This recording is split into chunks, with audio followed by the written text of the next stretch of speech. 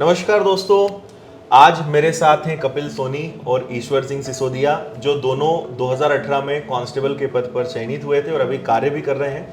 और कपिल सोनी का पटवारी के पद पे चयन भी हो गया है, तो आज ये लोग मुझसे मिलने के लिए आए थे।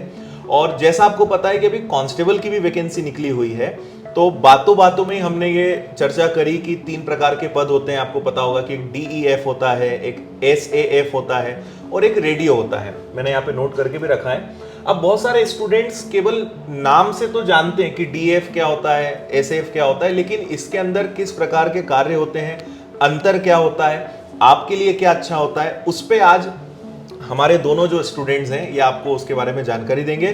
क्योंकि मुझे अभी इनके बारे में पता चला कि पहले आप लोग को SAF मिला था, फिर इन्होंने उसको जिस भी प्रक्रिया के तहत फिर ये लोग DEF यानी जो जनरल ड्यूटी होती है उसमें इन्होंने उसको कन्वर्ट कराया। तो थोड़ा सा अनुभव हम इनका जानेंगे और सबसे खास इस वीडियो से आपको ये समझ में आएगा कि दोनों में डिफरेंस क्या है, आपके लिए सही क्या है, वो जानकारी देने के लिए हम इस वीडियो को बना रहे हैं। तो सबसे पहले तो आप दोनों का स्वागत और आपको बहुत सारी बधाइयाँ पटवारी पद पर चयन होने के लिए। तो ठीक है, आप अब बताइए कि क्या होता है DF और SAF के बारे में। सबसे पहले सर मैं बताऊं SAF के बारे में। तो SAF में होता है कि जहाँ बटालियन खाली होती है वहाँ अपन को पोस्ट मिलती है। ऐसा नहीं कि आपको घर के जस्ट थोड़ा सा मैं रोकूंगा, फुल फॉर्म के साथ शुरू करते हैं।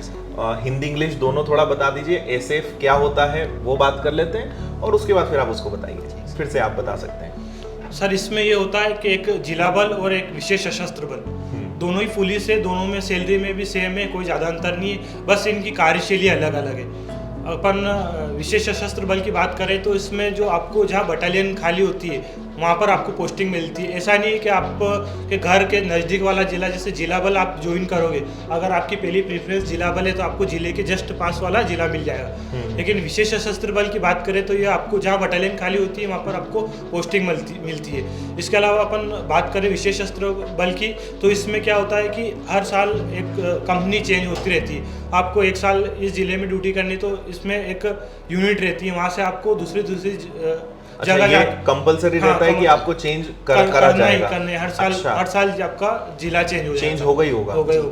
SAF में और जिला बल में आपको एक ही जिला मिल जाता है, जब तक आप बने रहते हो उसी में आप जिले में मतलब फिर जो भी ट्रांसफर या प्रमोशन आगे कुछ रहा वो डिपेंड करता है कि उन पर। लेकिन SAF में क्या है कि आपको जैसे आपको बटालियन मिली है, कोई सी भी मिली है XYZ, उस बटालियन के अंतर्गत 4-5 छोटी छोटी यूनिट कंपनियां बटी होती है। उन यूनिट में क्या होता है कि एक साल कंपनी इस जिले में रहेगी तो वही कंपनी दूसरे साल उस जिले में जाएगी, वहाँ वाली कंपनी उस जिले में जाएगी। तो उसमें क्या स्टेबिलिटी नहीं बन पाती है, आप पारिवारिक समस्याओं का सामना करना पड़ता है, क्योंकि आप मतलब हर साल ट्रांसफर फिक्स है। अच्छा, ये तो मुझे भी नहीं पता था। स्टेबिलिटी नहीं बन पाती है, आप अपने बच्चों को पढ़ा नहीं पाओगे, बड़े हो गए, आज चलो आज शादी नहीं, लेकिन भविष्य में आपकी शादी होगी, बच्चे भी होंगे, आपके माता पिता भी होंगे, तो आप हर साल तो इधर उधर कर नहीं सकते। कुल मिलाकर स्थायित्व नहीं है। और जिला बल में है कि आपको थाना मिल गया तो थाने पे कम से कम 4-5 साल एक जगह आप अगर कुछ सब स्थितियाँ सब कुछ ठीक है तो 4-5 साल आप बने रहते हो। और दूसरी बात, जैसे कि विशेष सशस्त्र बल में मेरा घर पड़ता मंदसौर जिले में गरोट में, और वहाँ से मेरे को मिला था रीवा 9th बटालियन, वहाँ से मेरा घर पड़ता था 700 किलोमीटर। मेरा घर सर वहाँ से दिल्ली पास थी, मेरे घर से मुंबई पास थी, लेकिन मेरी जो MP में होते हुए जो मेरी पोस्टिंग थी वो मेरे से दूर थी। इस प्रकार अब जो मेरा जिला बल में अब मेरा हो गया, तो अब मेरे को मेरे नज़दीक जो होम जिला है मंदसौर जिले से जस्ट पास वाला जिला मिल गया, रतलाम। तो वो जस्ट पास वाला, अब मैं पास का थाना ले लूँगा तो मेरे घर से बिल्कुल नज़दीक हो जाएगा। लेकिन विशेष सशस्त्र बल में आस पास जाना हो तो एक बटालियन है जावरा में, तो जावरा की भी कंपनियां अलग अलग है, इंदौर में है, उज्जैन में है और भोपाल में। तो आपको एक साल भोपाल रहना, एक साल उज्जैन रहना, एक साल इंदौर रहना। इसलिए जो भी फॉर्म भर रहे हैं उनके लिए यही कहना चाहता हूँ मैं कि जो फॉर्म भरे तो पहले जिला बल को ही प्रेफरेंस करें। आप बात करें अगर रेडियो से तुलना करें तो रेडियो से भी मेरे अनुसार जो अच्छी चीज़ है वो जिला बल है, क्योंकि इसमें स्थायित्व है और घर के पास जॉब मिल जाती है, सबसे बढ़िया फायदा है। ठीक है, मतलब ये डिपेंड करता है। जैसे अगर आपका ये है कि नहीं आर्म्ड फोर्स में ही जाना है, एक जुनून है, तो फिर तो आपको हर चीज़ के लिए तैयार रहना पड़ेगा। लेकिन ये एक बहुत अच्छा पॉइंट इन्होंने बताया कि यहाँ पर एक फिर भी स्थायित्व है। अगर DF की बात करें, जनरल ड्यूटी की बात करें या जिला बल जिसे हम हिंदी में बोलते हैं, तो एक स्थायी है। आपको एक थाना मिल जाएगा, आप एक ठीक ठाक समय तक वहाँ पे रह पाएंगे। लेकिन SAF में जो सशस्त्र बल है अपना, वो हर एक साल में आपका ट्रांसफर होगा। तो अब ये आपको डिसाइड करना है फॉर्म भरते समय कि आप किसको प्रेफरेंस देते हैं, इस हिसाब से थोड़ा सा आप ध्यान रखिएगा। और रेडियो तो पूरा टेक्निकल जॉब होता है, ये तो आपको पता ही होगा, इसके लिए विशेष आपकी डिग्री भी होनी चाहिए, तभी आप रेडियो के लिए अप्लाई कर पाएंगे। बाकी कैसा अनुभव है आपका पुलिस विभाग में? अच्छी सर, काम तो बहुत करना ही पड़ता है, वो तो अंडरस्टूड है सर। इसमें भी सब अलग अलग, ऐसा नहीं कि कोई जैसे आगे पढ़ना चाहता वो पढ़ नहीं पाए। जैसे सर ये मेरे साथ बेटा, हम दोनों साथ में पढ़े करिए, अच्छे से पढ़े, इसका पटवारी में सिलेक्शन हो गया, मेरा नहीं हुआ, ऐसा नहीं है।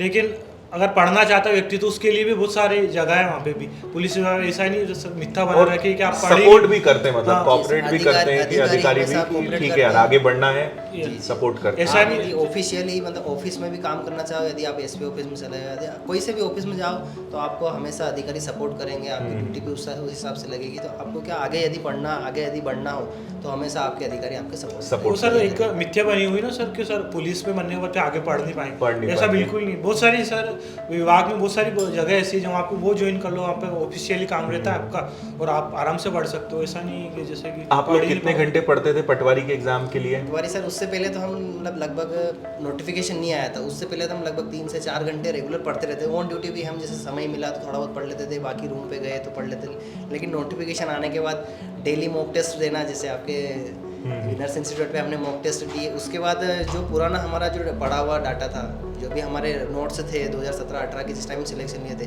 वो सारे रिवाइज किए और थोड़े थोड़े जो नए पैटर्न के हिसाब से जो भी क्वेश्चन हुए वो रिवाइज किया। तो उस हिसाब से टाइम तो फिक्स नहीं कह सकते सर, कभी आधा घंटा पढ़ा, कभी 1 घंटा, पूरे दिन में जब समय मिला, जिस हिसाब से ड्यूटी रही हमारी उस हिसाब से हमने पढ़ाई करी। एक फिक्स नहीं बता सकते सर इतने, लेकिन फिर भी 6 कभी आधा घंटा भी, कभी 1 घंटे भी, कभी 4-5 घंटे भी। कभी ये है कि हमारी कंटिन्यूटी नहीं टूटी, कभी 8 घंटे भी हुए जब हमें रेस्ट मिला, कभी 4 घंटे भी हुए, लेकिन एक रेंडमली देखा जाए तो मिनिमम 6 घंटे मान सकते हो। एक और सबसे बड़ी बात मैं कहना चाहता हूँ कि सर की जो टेस्ट सीरीज है उसको आपने अगर पुलिस की जो एग्ज़ाम दे रहे हो, प्रतिदिन आपको एक टेस्ट लगाना और उसका एनालिसिस डेली करना। जितना टाइम आप टेस्ट में दे रहे हो उतना ही टाइम आपको एनालिसिस में लेना। अगर आप ऐसे ही करते रहो तो कम से कम 8-10 नंबर तो ऐसे बढ़ जाएंगे अगर आप रेगुलर अगर एनालिसिस करोगे तो। हाँ। मेरे पटवारी में ऐसे धीरे धीरे बढ़ते काफ़ी अच्छी रैंक आने लग गई थी मेरी। लास्ट में जाते थे हमेशा मैं 100-200 रैंक में रह रहा था, 60 हज़ार में, 40-50 हज़ार में। अच्छा, टेस्ट प्रैक्टिस का तो बहुत रोल है और टेस्ट लगाने के साथ साथ अच्छे से एनालिसिस करना और ज़्यादा जरूरी है। उसमें एनालिसिस से बहुत नंबर बढ़ते सर। हाँ। टाइम का सर वो पता चल गया कि आपको 3 घंटे में करना है, क्योंकि बहुत सारा प्रैक्टिस नहीं की, मॉक नहीं लगाया, तो उसमें क्या हुआ सर,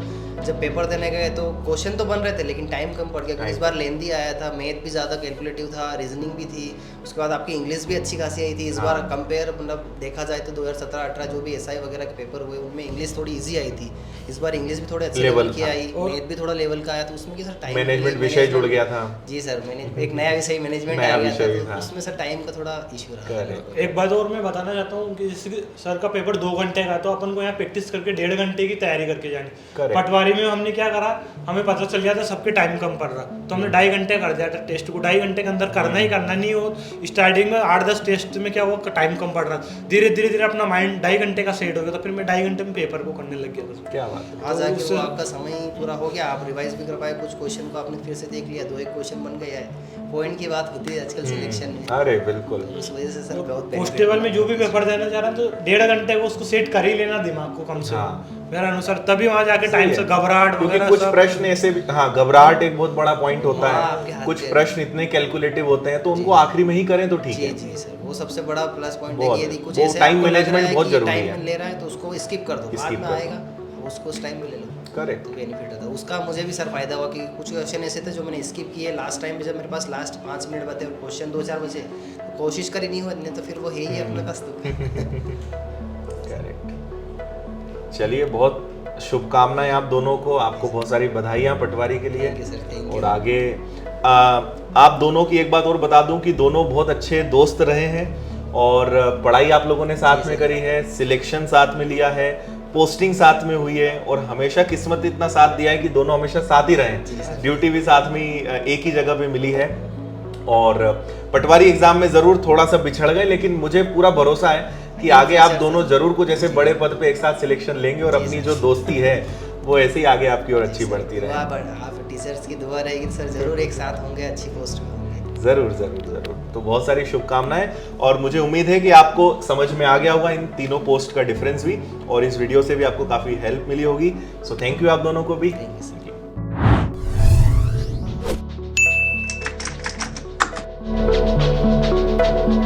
यू।